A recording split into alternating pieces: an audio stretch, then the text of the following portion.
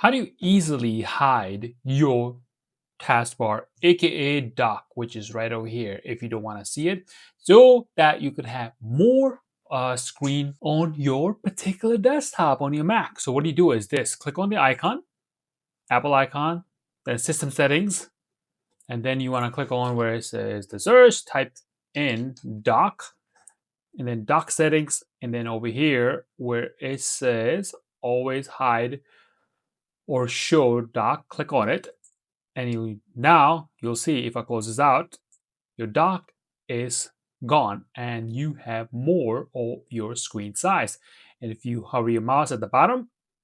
it'll come right back up, and that's how you hide it. And if you want to enable it again, open up settings again, and then go under dock settings, and then unenable this particular one, and it will show up, and that's how you do it.